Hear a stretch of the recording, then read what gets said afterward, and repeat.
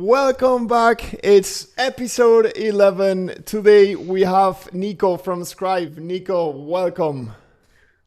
Thank you very much. I'm very happy to be here. I'm glad we all got the memo today for black T-shirts with the logos on them. This is good. That's a standard protocol. That's a standard protocol. Yes. So, Nicolino Carmosino, they call you Nico. You are also a serial social media and community manager with a past in Zeppelin, Omelette, and even SEMrush, and now founding community marketer at Scribe.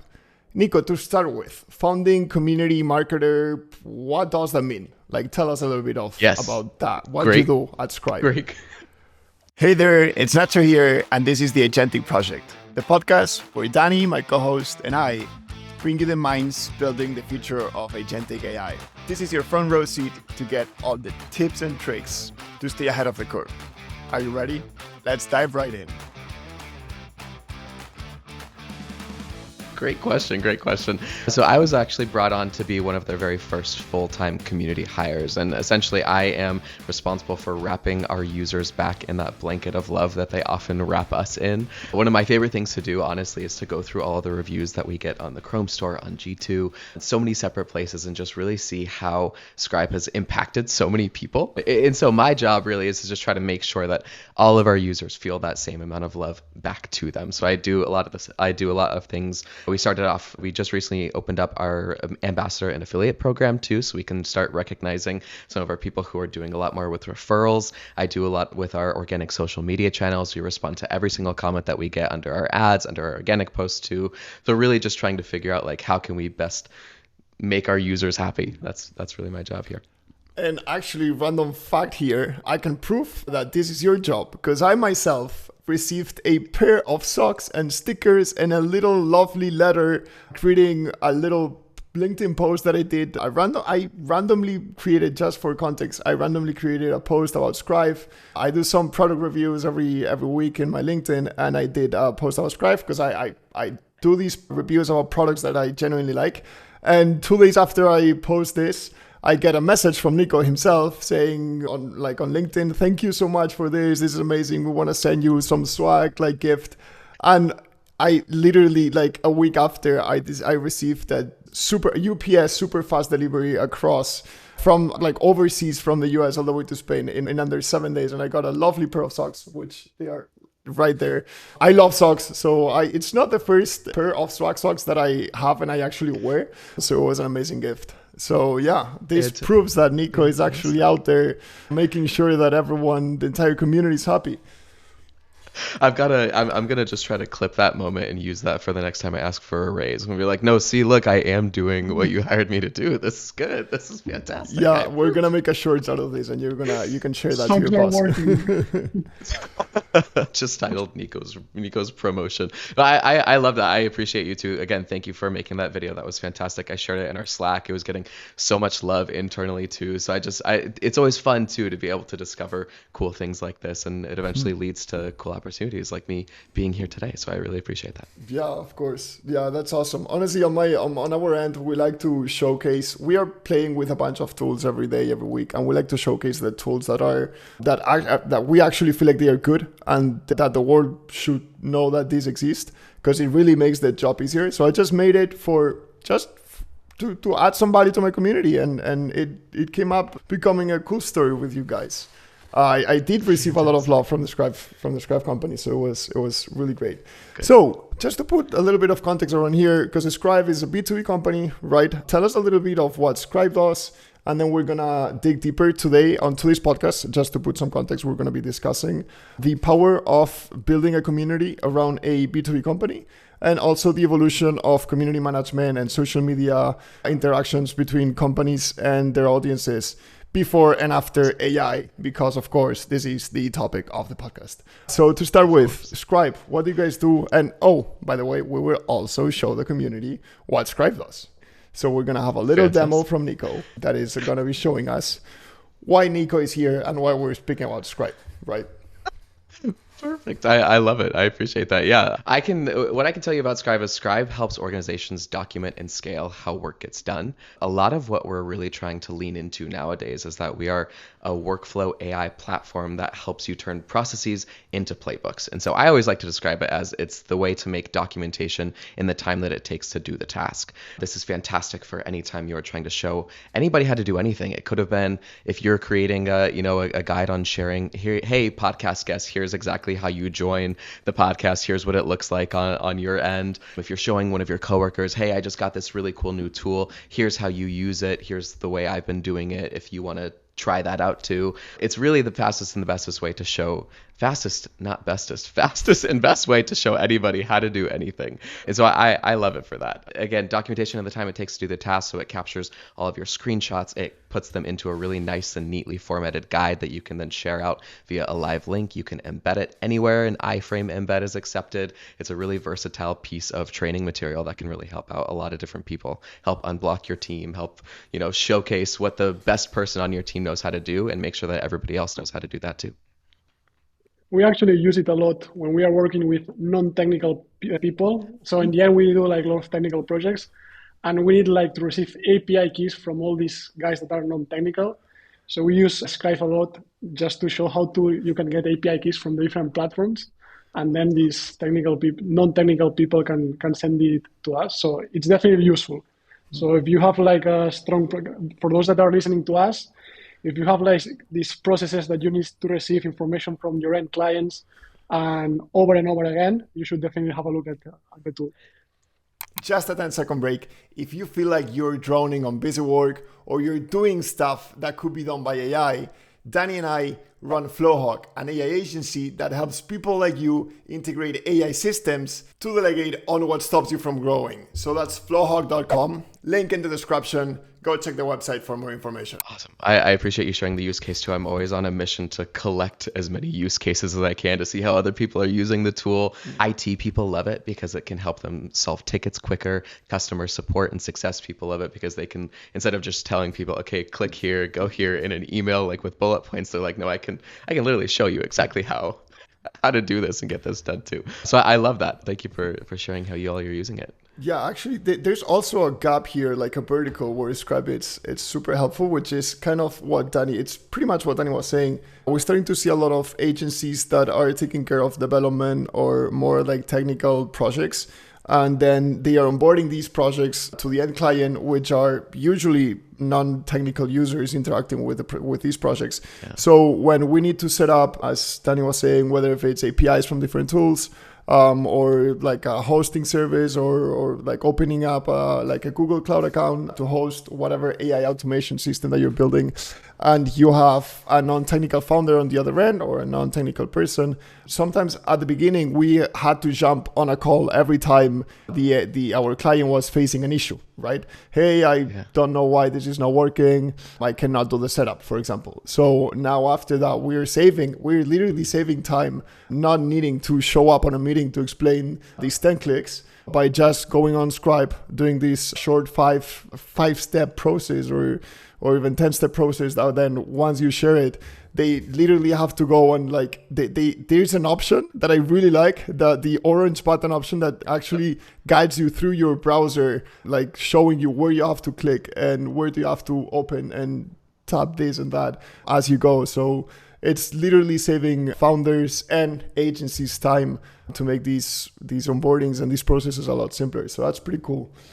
That on the side, and enough with upselling a Scribe, which honestly, you guys deserve it. Topic that we wanted to cover today is in the podcast we've covered AI for sales, we've covered AI for coding, for testing, for vibe coding, marketing, CRMs, but we haven't done a lot in terms of community, and we see that it's becoming somewhat very important to build community around whatever you're building, because in the end, right now, anyone can build any tool or anything, but if you don't have a distribution channel, you're probably not going to make it. So in order to have a distribution channel, one of the best ways is to build a community, right? And have people that trust you follow you, then whenever you build something or you can give something, they already have your trust, so you can already sell to them.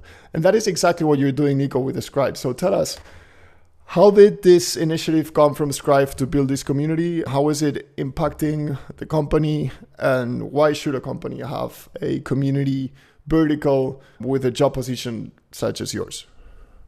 Yeah, fantastic question. The way that it came about was because before I got here, everybody was noticing that people were finding out about Scribe in so many different ways. They were overhearing it on the street during a conversation. They heard about it from a friend at a birthday party before. They've been hearing it from other coworkers and whatnot too. So the actual word of mouth distribution, I think, is a huge part of that community functionality and feature of like community. Really at the end of the day is just these people who are coming together over a specific topic and like sharing in that and figuring out, oh, I like this, you might like this too, let's expand the community that way. So they really noticed. They were like, there's already a lot of work going on for this word of mouth for various different avenues and other places where people are finding out about Scribe. How can we sort of like double down on that and make sure that we can essentially like turn all of our users into ambassadors? Like, what can we do inside of the product to make it so that every single person who uses it wants to tell other people? And that's one of my favorite reviews that we get all the time is they're like,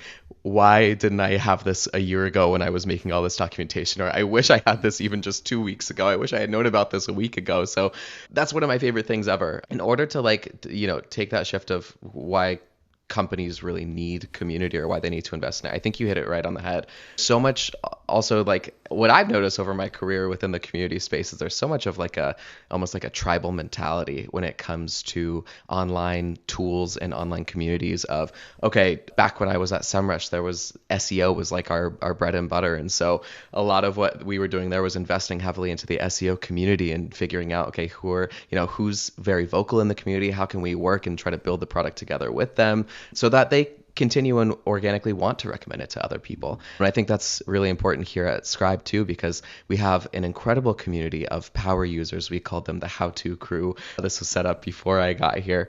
And one of the things that I love about that is we've got users, like we have this one user, her name is Quantel, and she took the time a few months back to literally record an entire video breaking down like, okay, here's what I really love about the product in its current state. Here's what I wish it had. She took the time to like mock up what the features could look like. She showed us an example from some different tool. She was like, this tool does this really well. I would love to see that same like idea, but inside of Scribe. And so she really took the time to tell us, like, this is exactly what I want. I am a power user of this tool. I love Scribe. I recommend it to every single person. I would be able to recommend it even more if you had these 3 things. And then those things eventually end up on our product roadmap. We're able to build the product together with them. And I think that that's a really wonderful thing. One of the best companies that is very vocal about this is Gainsight. They talk all the time about how their giant user community, they've shipped hundreds of, possibly little micro features all the way up to major releases, and they come directly from ideas from the community. And like you said, it's this group of people who they can choose any tool. There's a lot of tools out there that do documentation in this specific way. There's a lot of other tools and a lot of other ways that people can actually go about accomplishing this task.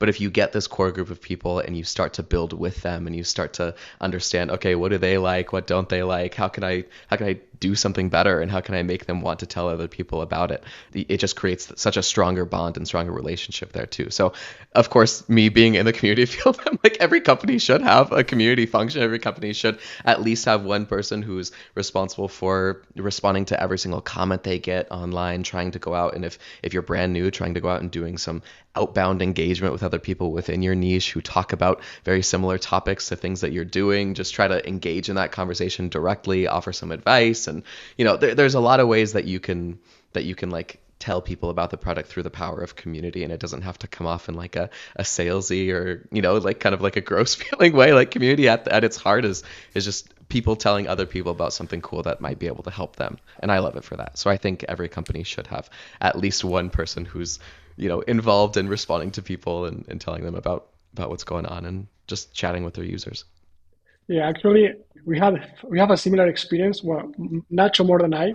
Like in the previous company that we were working, we had to build like a community, and we experienced like how hard it is to grow a community and how painful it can become to reply to all users to monitor like the different channels that you are interacting or you're interacting with your users.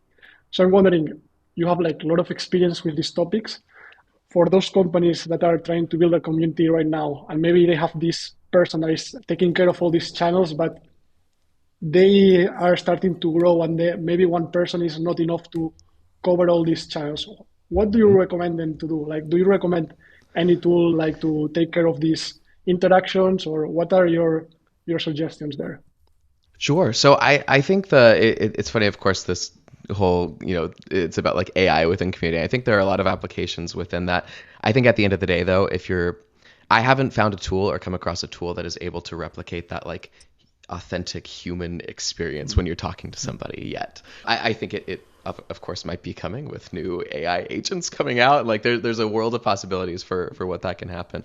My advice really would be to, I guess like if you're in that situation where you have like the golden handcuffs, if you're like, I've got too many mentions and I can't respond to every single one of them, what I would suggest really is trying to pick out like, okay, what are the actual main pain points that my product is solving here, and trying to respond, almost like ranking, like, oh, okay, the people who are talking about this problem first, I want to make sure that I am cornering the market and talking to every single person who's talking about this number one problem that we're solving. And then you can sort of like, de-rank and prioritize one thing over another based on like how good of a fit your product is with that. So I guess that would probably be my suggestion, is really just trying to figure out like what is the main problem you're solving, prioritizing the actual responses and what you're doing from there, and checking that out. One of the things too that I can tell y'all is we actually hired on a contractor who helps us out with all of our comment management. So under all of our paid ads, that's one of our main growth drivers here at Scribe. We get hundreds of comments every single day. And of course, that's a lot for just one person to take care of, in addition to building all these other things too. So one of my recommendations too is really like outsource. Try to find somebody who you can bring on who can help out with that. And one of the ways that we've actually used AI within this workflow is we've created a custom trained GPT on, okay, here's everything you need to know about Scribe. Here's, if somebody asks this question, this is an appropriate response. If somebody asks this question, so really building out like this mega prompt for this AI that our contractor now is able to use if he comes across a question that he doesn't really know how to handle or respond to. And so it really helped him onboard and ramp up really just responding to all of these different comments. And so we have a dedicated person now who is responding to every single person who comments on our things. And that's it's like an AI assisted workflow. So for like when thinking about a company trying to look at scaling that up, that would probably be my most prominent recommendation here, would be try as best as you can, try to look at outsourcing this, try to figure out like the ways that you can use AI, like, to help people get up to speed on your tool or your product. And then you can sort of set them loose. And then we've had him now for a few months. His name is Santiago. He's absolutely fantastic. And I have no doubt in my mind now, anytime we get a mention, I'm like, oh, he's got it. This is good. So it's great. It's super interesting the way you are, like the solution that you are suggesting, because nowadays there's this big discussion whether AI will take people's jobs or it won't. Sure. And to be honest, the answer that I was expecting was like, just use AI to reply to the reviews and all this stuff. But actually, like, and here is another question for you, like, what's better, right? Because at some point you could use AI to reply to all the reviews, but very likely you would lose like some human touch there, and maybe your brand is damaged because of these actions. But on the other hand, you can use like a person that is actually replying to these reviews, that it's using an AI assistant instead of just throwing the AI assistant there. So I just want to mention that it's something that actually shocked me, and I think it's super interesting for all these companies that are actually thinking about how to use AI, because AI can become a sort of human empowerment tool rather than a substitution, right? And here, this is a real use case that you can see, and how can AI be applied? Yeah, I really appreciate what you said too, because I think you do lose that human piece of it. At the end of the day too, if you just have an AI going through and responding to all these comments, it's not going to really catch what we call the people who go above and beyond. We call them our raving fans. We're like, these are people who took the time to leave like a 3-paragraph long Chrome review. Like if an AI was going through, they might just respond and be like, oh, generic response, thanks so much, glad you're enjoying the product. Whereas if there's an actual person who's using an AI assisted workflow, they can go through and say, oh wow, Danny left one of the best Chrome reviews I've ever seen. Like, let's go through and try to deepen that relationship and figure out what we can offer back to them too. So I think you would miss out on a lot of those little things that make community like a really fun and special field, is just like establishing those connections from the brand and the person. Awesome. Actually, it makes sense. As Danny was saying, I was also taking care of community management in my previous company. Danny and I used to work together at a startup, and I was there actually replying message by message by a human. I cannot imagine their reaction if they had an AI responding to them, whether if the comment that I was trying or the issue that I was trying to solve, whether if it was positive or negative, because you also get these negative or more positive, like more complicated comments in these communities. You also have to act as a human. And if I could not see the reaction of these people, if they were like hitting their head to a wall talking to an AI agent, it would be very harmful for the reputation of the company, for sure. So actually, Nacho, go for it. That case was even worse because you were like replying in Discord. So there was like kind of a chat. So it's not like you reply to a review and you leave. It's like you reply to an ongoing question, conversation, and immediately you have like a follow back, right? So you definitely shouldn't be using like generic questions or generic replies, because otherwise you like the follow up question is even worse. So moving on to the next topic, sticking with AI, of course, more at an internal level. Scribe is already like a relatively big company. You guys are how many employees? Over 100? I think we just reached 123 actually. It's a very, very fun number. Yeah, actually. 1, 2, 3. Yeah, fair enough. So my question was, based in San Francisco and spread all around. You said that you have teammates in Europe, in Asia, and all around America, Canada. How are you guys using, for those founders looking for use cases like what can I do to even make my company more efficient? How can I add a layer of AI to run whatever tasks? How are you guys using AI internally? Like, what are some like 3, 4, 2 use cases that you see running internally in Scribe that are making your days better compared to 3 years ago? Sure. Yeah. So I can speak a little bit about how AI is actually used within the product, and then about like some of the specific workflows that me and some of the other marketing team is using as well too. So inside of Scribe specifically, of course, like we've got an entire machine learning and AI team that's dedicated just to figuring out what are the best applications of AI here. And oftentimes we get tool recommendations from them. And so like they're the keepers of the keys for our company ChatGPT subscription and our Claude subscription. And we use like Granola as well too for note taking. And so there's a few like general ones that are sort of company wide, but really it comes down to the actual team itself. And I think, like you said, if there's somebody who is actually looking to increase the efficiency with their employees, I think one of the things that they should do is encourage people just to have time to actually test this out. Like, what are the tools that are going to be most beneficial for your department? So for marketing department specifically, I have just on the community and social media side, I've got a lot of things that I'm using ChatGPT for, and the train GPT and the custom one for our contractor who's managing that.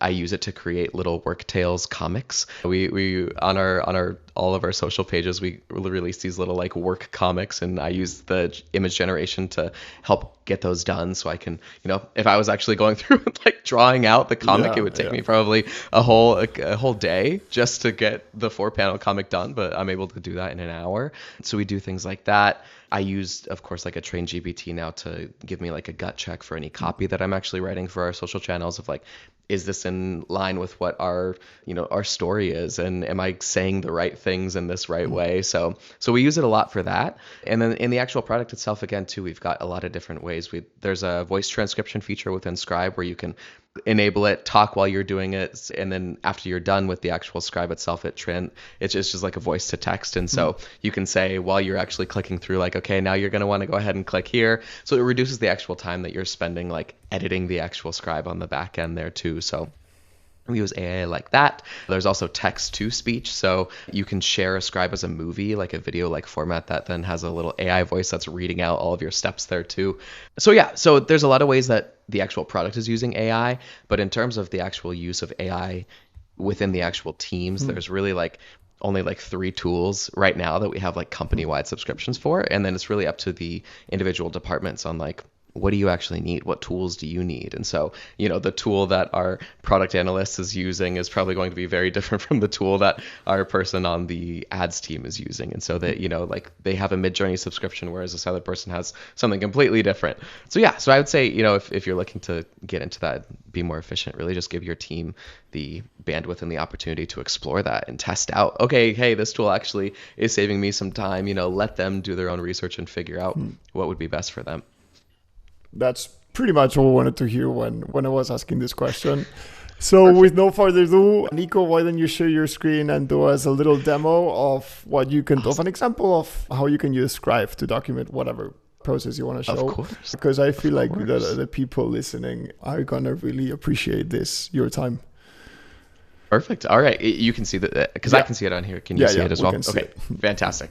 All right. So this is Scribe. This is what you come to. This is like your home. This is your dashboard. These are all the different scribes and or pages that you can create. So what I can do is I can share with you really just how quickly and easily you can create a step-by-step guide. And so, for example, if you had a new hire and you were trying to get them to do something within Zoom, when you were like, okay, we have a specific meeting section that you need to go through and do, you have to go and take care of that. So I can share a window. I'm sorry. Let me share the window. Here we go. I was showing a specific tab. Here we are. There you go. All right. So if you're doing this, what you can do is you go ahead and Scribe. You can download it completely for free using the basic one that comes with the browser extension. So you go ahead and open that up, hit Start Capture here. And from here, you just go through and you do the process as normal. So say, for example, again, you're trying to tell somebody exactly what to do here. You would go through, you would click on My Account, you would go down to Meetings, you would, scroll down, click on this one, edit here. So like if you're trying to show somebody how to edit the name of a call that you're doing. Oh my goodness, it is... Of course, wait, it is not. I was about to mention that I don't think it's that the flow is active. Oh, there you go. There we go. Here okay. Yeah. Here it is. So normally what happens if it's working properly, then you would come down here, you would click here. It shows you, where you're clicking. You turn this off, turn that back on, hit complete capture. And then what it does is it turns all of these clicks into an actual guide that you can then go through and edit. So it takes the screenshots for you. It will type out like, okay, here's what you click. You go through, you click Meetings, then you click Edit, then you click Topic and Description. And, so it'll turn all of the actual steps and clicks that you just did into a guide that you can then go through and you can edit. In here too, some of the features that I think people always love to ask are, what if there's some sensitive information? You can always redact information here. So you can, just like draw boxes over specific things that you don't want people to see. That then edits and adjusts this. So this is what happens when I didn't even know that feature. That's actually pretty cool. Yeah. So when it is, this is like the curse of a live demo is everything goes wrong. No, it's okay. Nothing is working it's loading. You have a lot of internet, like that. There's a lot of things going on in your computer right now. So no panic. Of course. So what you can also do too is there's a lot of different ways that you can actually go through and edit your screen here. So if you're drawing little boxes in here, you can draw circles over here. You can add specific text here. You can add a new click target. You can move it all around. You can say, oh no, I actually want you to click here instead. So there's a lot of ways that you can actually go through and edit this page and edit this screenshot. And again, the redaction, all you have to do is you just have to draw this little box here. And that's another benefit and feature too of using the pro plans is that you can actually turn on smart privacy screen and it'll redact the screenshots when you're going through and you're clicking. So like for example, if you're in the healthcare field or if you're in banking and you're like, I never want it to show anything related to an email or like this specific string of numbers, you can set it up to where Scribe will automatically blur that out when you're clicking the screenshot, so you don't have to go back in and manually do this. That's pretty cool. But yeah, so there's a lot of things that you can do here. You can like come back in here, you can add little tips, you can add little alerts, you can add headers to create like a little table of contents. So you can say like account info here, And then what happens is when you're done editing, it turns this then into like a little table of contents that people can click through, and it'll bring them right down here. So there's a lot of things that you can actually do within Scribe. And one thing that I also would love to show is creating a page, because that's a really fun use of AI within Scribe itself. So when you're in Scribe, you can click new, you can click create a page here. And so say, for example, we were onboarding our new our contractor, and we were like, okay, we use Sprout Social to manage all of our social media here. So you would type like Sprout Social, like onboarding guide. And then what you can do here is you can hit create a page with AI. So you can say create an onboarding guide for Sprout Social using our scribes. Then what you can do is you can search for actual scribes that you've created and add them in here. And so once you go through, you can keep adding all of the ones that you want. And then basically what you can do is you can just hit done. The AI will then go through and it'll literally build out this onboarding guide based on your prompt. It'll insert the actual scribes where they should be inserted. And then you already have a ready to share guide that's actually for somebody else. And of course, you can go back through, you can edit this all out. When you hit done here, this then just turns into this guide with all of the scribes again that you selected. It builds out the actual page around what you have here. And you can click into here and it surfaces the actual scribe that you wanted to show. So that is my favorite part of Pages, and probably like one of the coolest use cases of AI specifically within the Scribe environment. And then you can go through. Pages are great. You can add in different media types, YouTube videos, Vimeos. You can add in Loom videos. You can add in, I think there's over 1,000 different types of media you can add in here too. So if you're creating like a longer process, you can have like a onboarding guide complete with 50 different scribes that you've created, and somebody can go through here and use that as their source of truth, as their resource. But yeah, that's sort of my favorite uses of Scribe. A quick little demo. Again, the desktop application here will also surface some community guides. So if there's any public guides about a specific tool, those will show up and surface in the sidekick over here. And it'll show like, oh, here's how you do XYZ within Scribe. But of course, not loading right now, as is what happens with these live demos. I love this community section. Like, it's an incredible way to provide a lot of value to the other users. And what I love about this way of having this part of the community is that you have people that is creating content for you. So it's like you have like a network effects, right? Network effects. Like the more people you have in the platform, the more content is created, and then the more people outside the platform is eager to join because there's already this content. So that's super insightful. Yeah.